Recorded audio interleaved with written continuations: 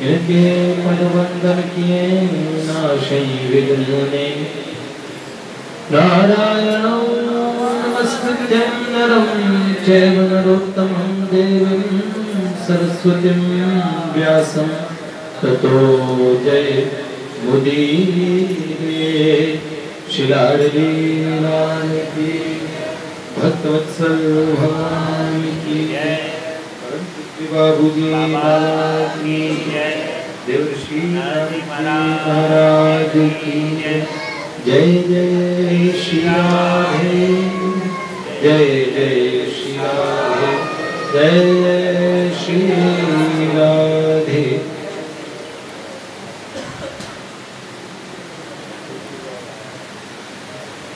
कल हम लोग सुन रहे थे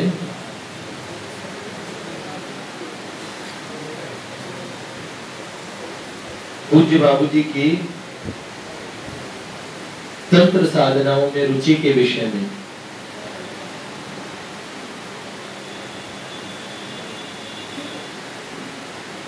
बाबा खेपा जी के शिष्य तारक बाबू थे, उनके साथ भाई जी ने साधनाएं की उनके निर्देशन में। मध्य का सेवन जब करना होता था कि भाई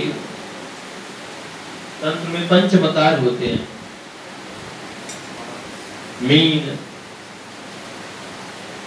मध्य, मांस, मैथुन और एक पांचवा में और होता है।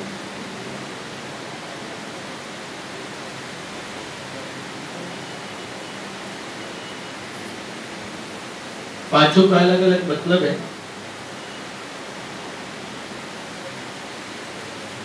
लेकिन भाई जी जब मध्य के सेवन की बात आती थी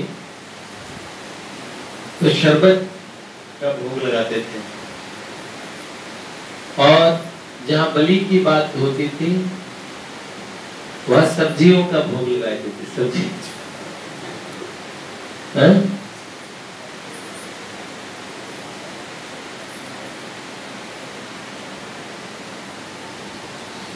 भक्ति से सत्य भगवान की प्राप्ति होती है, हमने सुना इसी जन्म में। और तंत्र इत्यादि की उपासना में हमने सुना है अनेक जन्मों तक, और भगवत प्राप्ति का विधान है कई जन्मों तक इनकी साधनाएं होती है। एक जन्म में छूट जाए तो दूसरे जन्म में इसे पूरा करना पड़ता है।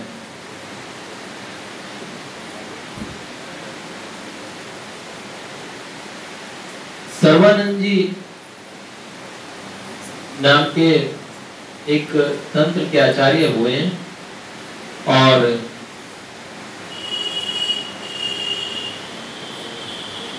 पांच सौ वर्ष पहले की घटनाएं हैं,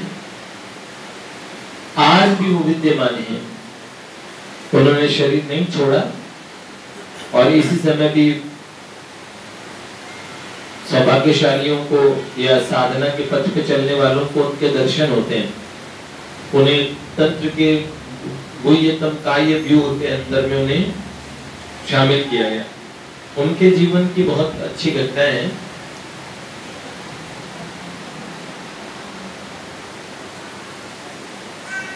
उनके दादा वासुदेव भट्टाचार्य उनका नाम था। उन्होंने भगवती की बड़ी साधना की, इतनी साधना की कि एक दिन देवी की आकाशवाणी सुनी। भगवती ने कहा, जब घोर साधना हो गई तब भगवती ने कहा, बेटा धैर्य रखो, अभी दर्शन नहीं होंगे। तुम्हारे वंश में, तुम्हारे वंशज को मेरे दर्शन होंगे। मेहार नामक स्थान पे तब दर्शन होंगे, मतलब तुम्हें नहीं, तुम्हारे किसी वंशज को। अब इनके मन में अलौकिक प्रसन्नता उत्पन्न हुई, फिर चिंता हुई कि मेहार जगह कहाँ है। एक बार कामाख्या मैया दर्शन के लिए गए तो वहां पे इनको जप करते देख के एक जमींदार इनके पास आए। उन्होंने प्रणाम किया तो उन्होंने पूछा, और भगवान कहाँ से पधारे? तो वो जो सज्जन जमींदार थे उन्होंने उत्तर दिया, मैं मेहार नाम की जगह का जमींदार हूँ। उन्होंने छूटते ही कहा, क्या आप अपने यहाँ हमें रखेंगे, हमें आपके उसमें रहना है। तो उस मेहार में जाके बसे। उस समय उनके पास में पूर्णानंद नाम का एक नौकर आता है और निम्न जाति के थे और बड़े सेवा में बहुत अच्छे। उन्हें लगता है गुरु जी की सेवा करूंगा। तो वासुदेव भट्टाचार्य की वो बड़ी सेवा करता है। वो स्वयं साधना करते थे और उनको भी उन्होंने देवी का मंत्र दिया। इतनी साधना उन्होंने मेहार में की, गर्मियों में गर्मी में बैठ के सूर्य को देखते हुए भगवती का जप करते, सर्दियों में जल में करते। इतनी कठोर साधना के बाद में ये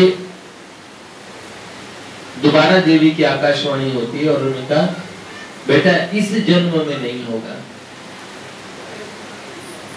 तुम्हारे वंश में तुम्हारे पौत्र को, तुम्हारे पोते को मेरे दर्शन होंगे। तो वासुदेव जी रोने लगते हैं। उन्होंने कहा कि अब इस जीवन को धारण करने का लाभ क्या? तो इनके नौकर उस समय आ गए। उन्होंने कहा, गुरुदेव आप रो क्यों रहे? पूर्णानंद नाम था उनका। तो उन्होंने कहा, पूर्णा मैं ये शरीर नहीं रखूंगा, ये शरीर छोड़ दूंगा और इसी जन्म में अपने पोते के रूप में जन्म लूंगा, स्वयं खुद आऊंगा। जब मेरे पोते को दर्शन होने हैं तो मैं पोता बन के पैदा हो जाऊंगा, लेकिन दर्शन तो मुझे करने हैं। और ऊपर से ये कहा, तुम जब मैं उस बालक के रूप में जन्म लूं, फिर तुम मेरे को मेरी साधनाओं के बारे में स्मरण कराना, मेरा ध्यान रखना। उस समय अलौकिक जगत साधकों की रक्षा करता है, उनका ध्यान रखता है।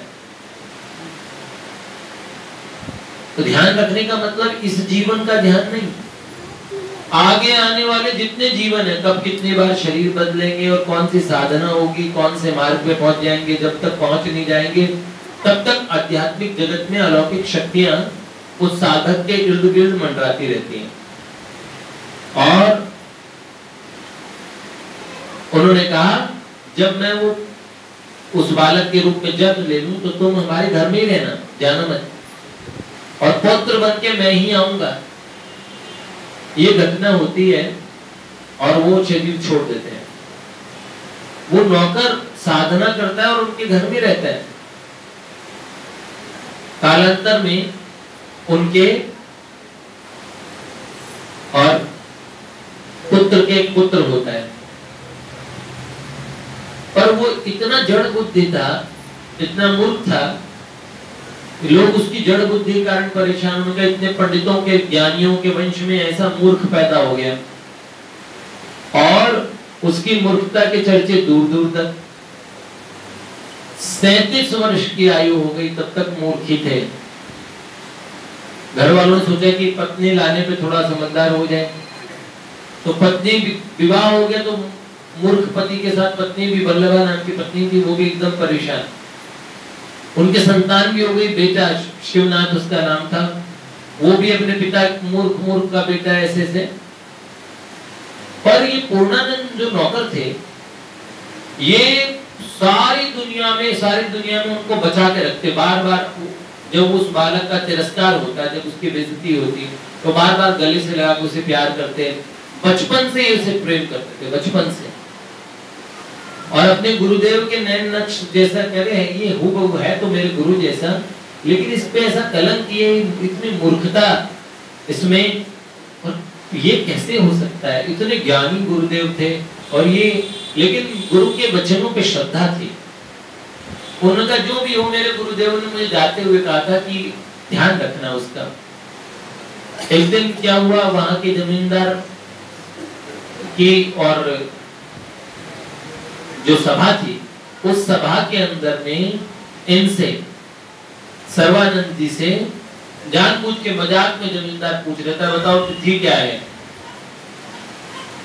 तुम्हारा वंश तो बड़ा ज्ञानियों का वंश है, तिथि बताओ क्या है आज की? और उस समय अमावस थी और इन्होंने कहा पूर्णिमा। पूर्णिमा कहा तो जटाधर नाम के वो जमींदार थे, उन्होंने कहा धिक्कार है तुम्हें, और इतने मूर्ख, थोड़ा पतरा भी नहीं पता तुम्हें, ब्राह्मणों के वंश पे, तुम पंडितों के वंश पे कलंक हो। इतना अपमान किया, सभा में सब हंसने लगे। उस दिन पत्नी को पता लगा, पत्नी ने भी डांटा, घर वालों ने सबने फटकारा कि ऐसा मूर्ख हमारे परिवार की पूरी बेइज्जती करा दी। तो ये आत्महत्या करने के लिए नदी के तट की तरफ गए। पीछे से पूर्णानंद को पता लगता है कि वो कहां चले गए, तो पता लगता है कि आज उनके साथ ऐसा सा खेल हुआ। तो पूर्णानंद जो नौकर था, बूढ़ा, सब उसे पूर्णा दादा कहते थे, दादा। ये पूर्णा के मन में होता है कहीं वो फ्रस्ट्रेट होकर आत्महत्या न कर रहे। नदी की तरफ वो जाते हैं और जैसे ही नदी में कूदने वाले होते हैं, उसी समय एक आवाज आती है। एक सन्यासी पीछे होते हैं, वो आवाज लगाते हैं, नहीं, तुम्हें जीवित रहना है, तुम्हें साधना करनी है, तुम्हारी साधनाएं बाकी है और उन साधनाओं का स्मरण करना बाकी है। जागो और अपने जीवन को व्यर्थ न जाने दो। जब वो सुनते हैं तो उन्होंने कहा साधना क्या होती है? मुझे मूर्ख समझते हैं। तो उन्होंने बोला ज्ञानी बनो। अच्छा, मैं ज्ञानी बन सकता हूँ? बोला हाँ। बोले कैसे बनोगे? बोला मंत्र से, मैं तुम्हें मंत्र दूंगा। पुराने समय में सारी चीजें, सारी विद्याएं पढ़ पढ़ के नहीं आती थी, मंत्रों के माध्यम से भी। एक संत थे, उनको मूर्ख बोलते थे, तो फिर वो जंगल में चले गए, राम राम राम राम राम राम जपने लगे।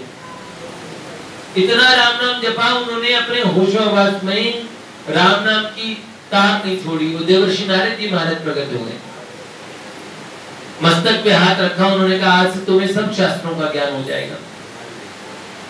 पढ़ने वाले ज्ञानियों से ये प्रसादज ज्ञान ज्यादा ऊंचा होता था।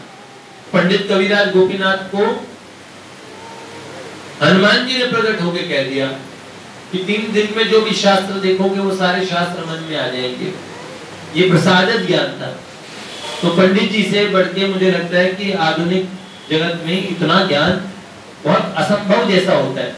उन्हें विदेशों से लेके सारी पुस्तकें और यहाँ की जितनी पुस्तकें, लगभग सबका ज्ञान था। उन्होंने विश्वविद्यालय में 3 दिन में जाके जितनी पुस्तकें देखी, सारी पुस्तकों का ज्ञान उनके हृदय में पेज सहित चला गया। तो ऐसा भी होता है। तो बोले मंत्र शक्ति से और आपके अंदर में ज्ञान उत्पन्न होगा। और गुरुदेव ने मंत्र दिया और उनका आज की रात में तुम शव साधना करोगे। शव के ऊपर आरूढ़ होगी देवी की उपासना, शवोपासना करनी है आज तुम्हें। और आज की वो रात्रि है जिस रात्रि में तुम्हारी साधनाएं जो पूर्व जन्मों से चल रही है वो पूरी हो जाएगी। ये कुछ भी याद नहीं था सर्वानंद जी को कि वो दादा के रूप में वही थे।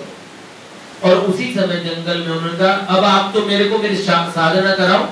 तो गुरुदेव ने कहा मेरे को देवी का आदेश हुआ कि इतना सब बताना है, इसके बाद में इससे आगे की बात, आगे की साधना देवी ने दूसरे से नियत करा रखी है। और पूर्णानंद नाम का जो नौकर होता है, जिसे पूर्णा दादा कहते थे बचपन से, वो जंगल में आता है, रोते हुए उस बालक को देखता है। उन्हें कहते सर्वानंद तुम कहाँ थे बेटा, मेरे को तुम्हारी इतनी चिंता थी। तो उन्होंने कहा मेरे गुरुदेव ने मुझे कहा मुझे साधना करनी है। जैसी बात सुनी पूर्णानंद खिल गया कि लगता है अब मेरे गुरुदेव की पूर्व जन्म की स्मृति आनी बाकी है। तो उन्होंने कहा शवोपासना के लिए मुझे आदेश मिला, तो मैं शव कहाँ ढूंढूंगा। तब उसी समय उस नौकर ने कहा कि शवोपासना करनी है। तो उन्होंने कहा मेरे से बढ़ के शव क्या होगा। उन्होंने कहा इसी समय मैं ये शरीर छोड़ दूंगा और मेरे शव पे आरूढ़ होके आप उपासना करना। ऐसे उस नौकर ने जीवन भर उनकी साधना की रक्षा की और उसी रात्रि में उन्होंने शरीर त्याग किया। उसके शव के ऊपर आरूढ़ होकर उन्होंने देवी के मंत्रों का, बीज मंत्रों का जप करना शुरू किया और उसी रात्रि में देवी का अट्टहास सुनता है। पूरे जंगल के अंदर में दिव्य प्रकाश की रश्मियां और उनके भीतर अलौकिक वाणी करते हुए देवी प्रकट होती है और आके कहती है बेटा युगों युगों से तुम मेरी दृष्टि में हो, तुम्हारी साधनाएं मेरी दृष्टि में है, तुम्हारी जिज्ञासाएं मेरी दृष्टि में है, लेकिन तुम्हारी अनंत जन्मों की साधना आज पूर्ण हुई।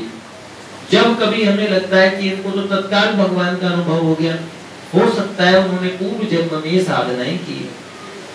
बहुनाम जन्मनाम अन्ते ज्ञानवान मां प्रपद्यते वासुदेव सर्वमिति स महात्मा सुदुर्लभ। अनेक जन्मों के अंत में जीव भगवान की तरफ आता है। आप लोग सब लोग भगवान की तरफ चले हो, इसका मतलब पहले कई जन्म ऐसे ही है। जोनिया अनेक घूमी प्रभु की कृपा से नर्तन पाया है। झूठे जगत में पढ़कर प्रभु से मने लगाया है। ओ गीता गाए वेद बताए समझ में बात न आए, किसी से भटक रहा है, भटक रहा ओ भजने प्राण से अज्ञानी, 2 दिन की जिंदगानी भटक रहा है। 2 दिन की जिंदगानी क्यों बोलते हैं? यहाँ तो एक ही दिन का जन्म वाला थाली बजी थी, या जिस दिन हाँ जिस दिन जाने का दिन आएगा, 2 दिन के बीच में सारा किस्सा, सुबह हुई शाम हुई, जिंदगी यूं ही तमाम हुई। तो भगवती ने दर्शन दिया और ये कहा पुत्र तुम्हारा उपहास जिन्होंने उड़ाया है मैं उनको दिखा दूंगी। और उसी रात जटाधर जो जमींदार थे और दरबार के सभी लोग जो हंस रहे थे, अमावस की घोर रात्रि में पूरा चांद आकाश में चमकने लगा, जिनके लिए भगवती ने और अमावस को शीतल बनिया चंदन के जैसी राघव कृपा उजियारी पूनम हो जाए रातें, ज्योति अमावस देखो उजियारी पूनम सी हो जाए रातें, ज्योति अमावस अंधेरी। अमावस को क्या पूर्णिमा में बदल दिया और उस दिन वो अपने ज्ञान की स्थिति में आरूढ़ हो गए। हमने सुना है अनेक जन्मों की साधना जाके पूरी होती है, पर भक्त्यां माम अभिजानाति, भक्ति से जीव मुझे ऐसा कैसा जान लेता है। भक्ति मतलब भगवान से प्रेम का संबंध जोड़ना, और संबंध जोड़ के ये सर्वानंद जी को भगवती ने बहुत दीर्घजीवी होने का वरदान दिया, तो आज भी ये जीवित है। एक बार इनके घर के बाहर चूड़ी वाला और चूड़ी बेच रहा था, और सर्वानंद जी की आयु ज्यादा थी। एक बड़ी सुंदर स्त्री तालाब के किनारे बैठी थी उस स्त्री ने कहा, और लाल साड़ी पहने हुए, उन्होंने कहा देख चूड़ी वाले मुझे चूड़ी पहना दे। तो उन्होंने कहा चूड़ी पहना दी। उन्होंने बोला तुम कौन हो? तो उन्होंने कहा मैं सर्वानंद की माँ हूँ। तो हंसने लगा, इतने बूढ़े की इतनी जवान माँ। तो उन्होंने कहा हाँ मैं उसकी माँ हूँ, और उनके जाके उससे चूड़ी के पैसे ले लेना और कहना तुम्हारी माँ को चूड़ियां पहनाई है। सर्वानंद जी की माता जी तो शरीर शांत हो चुका था, और उन्होंने कहा मेरी माँ को चूड़ियां पहनाई है। और जैसे ही उनको बताते हैं कि तालाब के किनारे, और ऐसा उनका वेश था, चूड़ी वाले को देख के गदगद कंठ से रोने लगे। उन्होंने कहा अच्छा, उन्होंने कहा सर्वानंद की माँ। समझ गए सर्वानंद की माँ तो आदि शक्ति भगवती है। अंदर जाते हैं अपने कक्ष में, देवी की वाणी सुनती है, देखो मैं तुम्हारी माँ हूं, तो मेरे को कुछ चाहिए होगा तो मैं अपने बेटे का नाम लूंगी ना। तो बाद में किसी भी मार्ग से साधना करने के बाद में अंत में भगवान से रिश्ता बनाता है आदमी, संबंध बनाता है।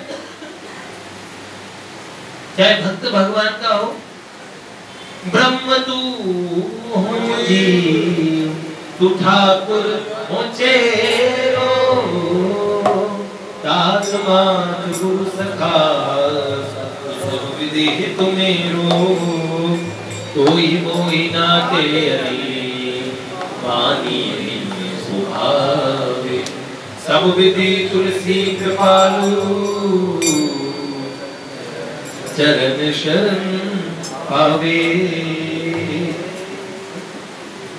तू दयालु दीन हो, तू दानी हो भिखारी, ओम प्रसिद्ध पात की, तू पाप पुण्य हारी।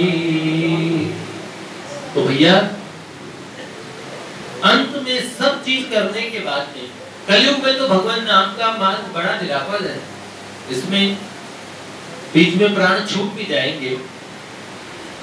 अगर अंत समय भगवान का नाम याद आ गया तो भगवान के घर पहुंच जाएंगे। है?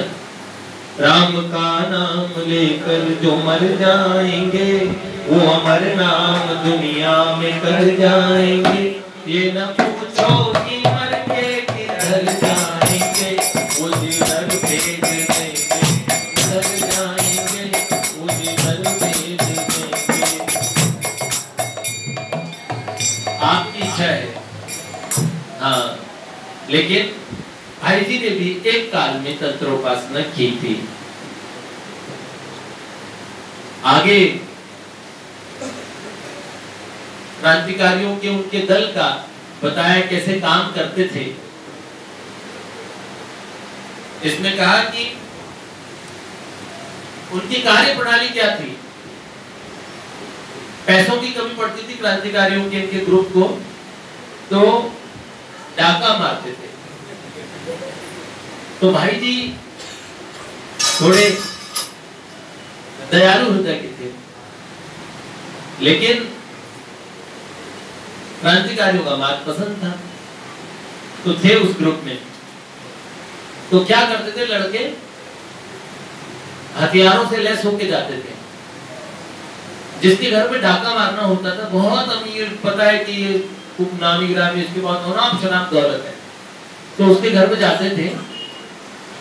जो माताएं होती थी सबके पैर छूते थे, दादी माँ प्रणाम, सीताराम, और सबके, और सबको राम राम प्रणाम करके सबके साथ बैठ जाते थे, बिठाते थे सबको।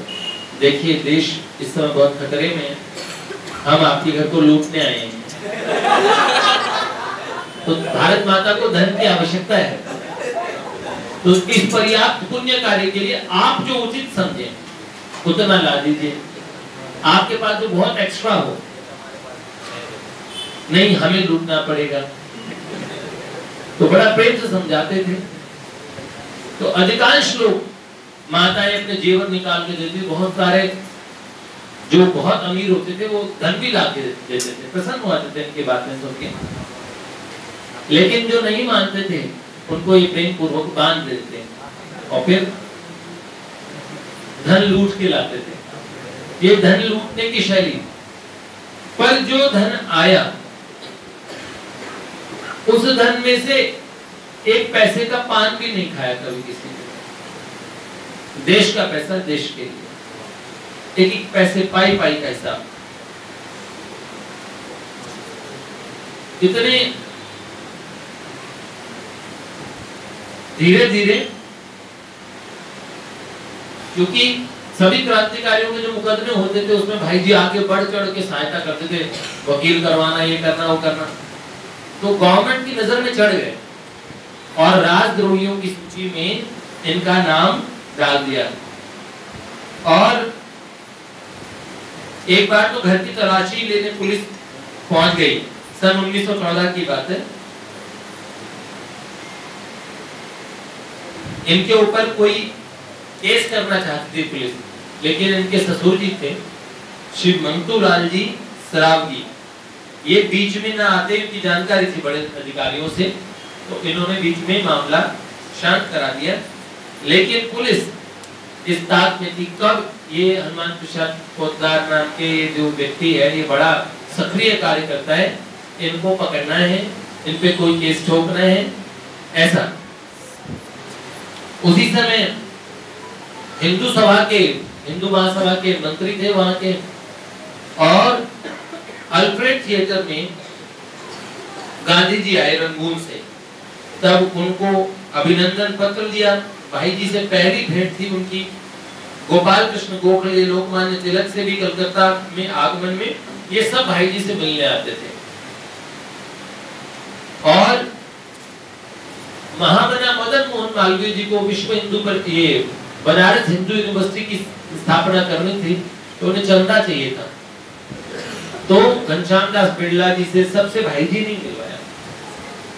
उस समय इनको चंदा अच्छे से नहीं हो रहा था, फिर भाई जी एक के पास ले गए, तो भाई जी ले गए तो कई बांग्ला सज्जनों के पास गए। उस समय सुबोध चंद्र मलिक नाम के एक बंगाली थे, उन्होंने 1914 के समय में 1 लाख रुपए दिए, आज के 10 करोड़ रुपए के आसपास होंगे। एक पैसा तब भी है, एक आना, एक गिन्नी, एक कौड़ी, कौड़ियां चलती है। 1 रुपए तो महीने की सैलरी जिनकी होती थी वो आदमी, तो 1 लाख रुपया। आज भी 1 लाख रुपए जल्दी से कोई दान नहीं देता है।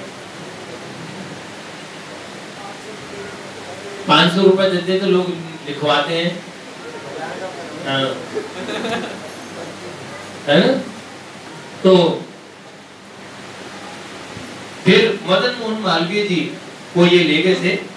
बिड़ला जी की एक बात ध्यान में आती है, मदन मोहन मालवीय जी के पास में जब बिड़ला जी के पास गए मदन मोहन मालवीय जी, तो घनश्याम दास बिड़ला जी, जानते हैं घनश्याम दास बिड़ला जी कौन है? भाई जी के जो टीम थी ना उसके सदस्य थे। और पूरे भारत में लक्ष्मी नारायण मंदिर हर जगह प्रसिद्ध, आपने देखा ना, बिड़ला मंदिर भारत में इस्कॉन जब नहीं बना था तो हर जगह बिड़ला मंदिर होते थे, अभी भी है। और सारे भगवान के स्वरूप है वहां पे। ये बिड़ला जी थे, भाई जी के साथी मित्र। और घनश्याम दास बिड़ला जी के पास में जाते हैं जब मदन मोहन मालवीय जी, बनारस हिंदू यूनिवर्सिटी, काशी हिंदू विश्वविद्यालय नाम था उसका, तो बनारस हिंदू विश्वविद्यालय, इसके लिए जब जाते हैं तो घनश्याम दास बिड़ला जी अपने नौकर को डांट रहे होते हैं, अरे एक तिल्ली खराब कर दी, तिल्ली जलाते ना, तो एक तिल्ली खराब कर दी। तो मदन मोहन मालवीय जी वापस जाने लगते हैं। उन्होंने एक तिल्ली पे बनने वाला आदमी कुछ देगा, 1 रुपया भी नहीं देगा। घनश्याम दास बिड़ला जी ने पूछा, आप पधारे नहीं, आप बताइए किस लिए आए? तो उन्होंने बोला, हम बनारस हिंदू यूनिवर्सिटी बनाने वाले हैं, तो उसके लिए कुछ दान वगैरह के बारे में बात कर रहे थे, तो इसलिए। तो उन्होंने बोला, अरे मेरा पत्र पुष्प लिए बिना कैसे आप जा रहे हैं? तो ठीक है, जो उन्होंने कहा कि देखे कुछ ऐसे ही, ये तो एक दिल्ली पे बनने वाले 1 लाख रुपए का, 10 लाख रुपए का चेक काट के दिया उस समय, करोड़ों रुपए मदन मोहन मालवीय सबसे ज्यादा दान उन्होंने दिया। तो मदन मोहन मालवीय जी को लगा कितना बड़ा दान दिया आपने। उन्होंने बोला अभी तो आप एक दिल्ली पे रो रहे थे, अपने नौकर को बोल रहे थे, पर अभी तो उन्होंने कहा देखिए ये सारी संपत्ति भगवान की है और मैं भगवान का मुनीम हूँ। एक अच्छा मुनीम उसे कहते हैं जो मालिक की प्रॉपर्टी को बर्बाद ना होने दे। ये एक दिल्ली वेस्ट की है इन्होंने, मैं उसके लिए बोला था एक दिल्ली भी बेकार नहीं जानी। और ये तो भगवान का काम है, भगवान के काम में कितना भी लगाओ। मारवाड़ी बनियों में मैंने ये बात अक्सर देखी, स्वयं के उसमें कंजूस होते हैं पर भगवान के कामों में बहुत बढ़ चढ़ के, ऐसे कहते हैं अधिकांश भारत की संस्थाएं मारवाड़ियों के उस पर चल रही है। आध्यात्मिक संस्थाएं, धार्मिक संस्थाएं, धर्मशालाएं, बड़े बड़े आश्रम, गौशालाएं, तो इस प्रकार ये यहाँ तक का चरित्र हमने सुना। शेषम कल सुनेंगे। जय जय श्री राधे।